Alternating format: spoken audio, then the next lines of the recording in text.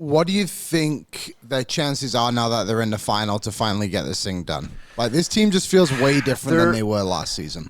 They are. They're it's a better team. It's an experienced team. They've been there, done that, so there's no surprises. We don't know what to expect. They know what to expect. They won't get caught up in the moment. They won't be overwhelmed by the moment. But then on the other hand, even though, the Florida Panthers, lost some players last season, you look at, Brandon Montour and Oliver Ekman-Larsson, et cetera. That's just the reality of being a successful team. I still maintain the Florida Panthers are better.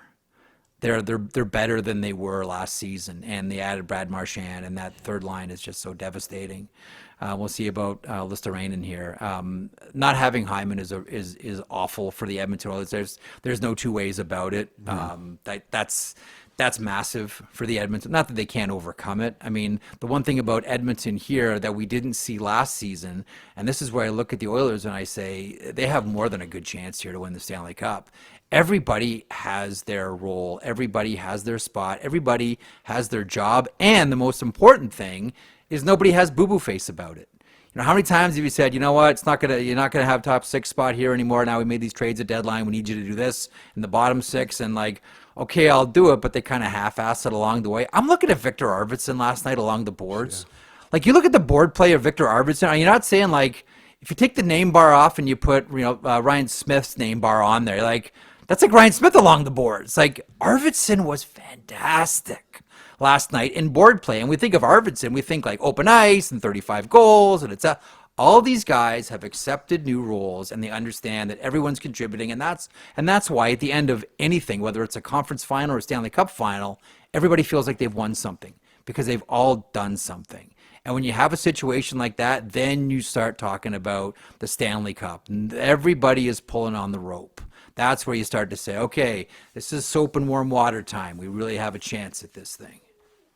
I don't know if it's more looking at Vegas and Dallas being they're a lot further than they think, or Edmonton's just figured out some formula that happened off of a bad coaching challenge, and they've just kind of clicked in to God mode, and they've been nothing short of fantastic. People are going to argue and say, well, games 3 and 4 in LA, we're still, or not in LA, but in that LA series, we're still tough games. I'm they weren't tough games. LA was sitting back trying to hold the lead. They've been nothing short of fantastic and so close to perfect since those first two games where they dropped LA. And man, this team, man, wild. It's a different animal, a little bit older, a little bit slower, but a little bit bigger. And I feel like that physicality is wearing on teams, and they don't seem nervous at any moment of the game. And that's the biggest difference from the past few years of this team. There's just no nerves. They're just calm, cool, and collected in the moment. And that's what you get, man. And they just kind of dog walk Dallas for 5 games.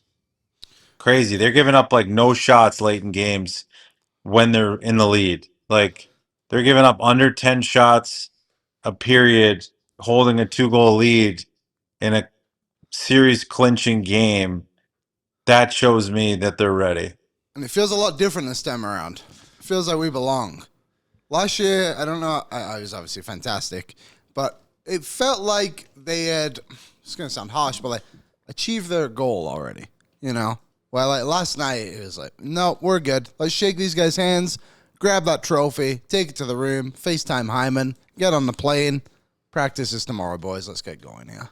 That's what it felt like to me. It was all business. And the other thing, too, is last year, it almost felt like by the time the Cup Final started, they were down 2-0. Yeah. Right? It was we're so excited. I'm maybe even talking a little bit too much of you and I personally, but it's okay, we're down to Florida, media day. Oh, my God, Stanley Cup Final. Look at the patches on the jerseys. This is sweet. And then it was oh, shit, we're back in Edmonton. They're down 2-0. And oh, shit, now they're down 3-0. Oh, boy. And this year doesn't have that feel. It's going to start on home ice. They got to come into our building. Mm-hmm. And again, just hearing everything the Oilers had to say after the game, part of it is, you're trained to say the right things. I get that.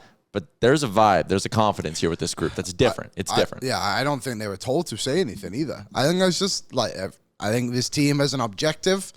It is McDavid is leading the way in it too. Everyone knows what they're there to do, and everyone's showing up. And last night I think was just a fantastic game by the Oilers. Obviously a great start, And just every time Dallas thought they had clawed their way back into the game, goal.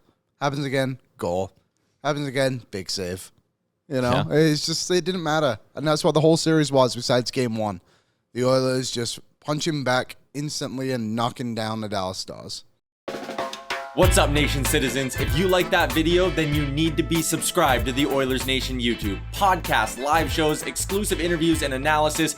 Everything you need from your favorite voices at Oilers Nation. And you don't want to miss any of it, so hammer that subscribe button.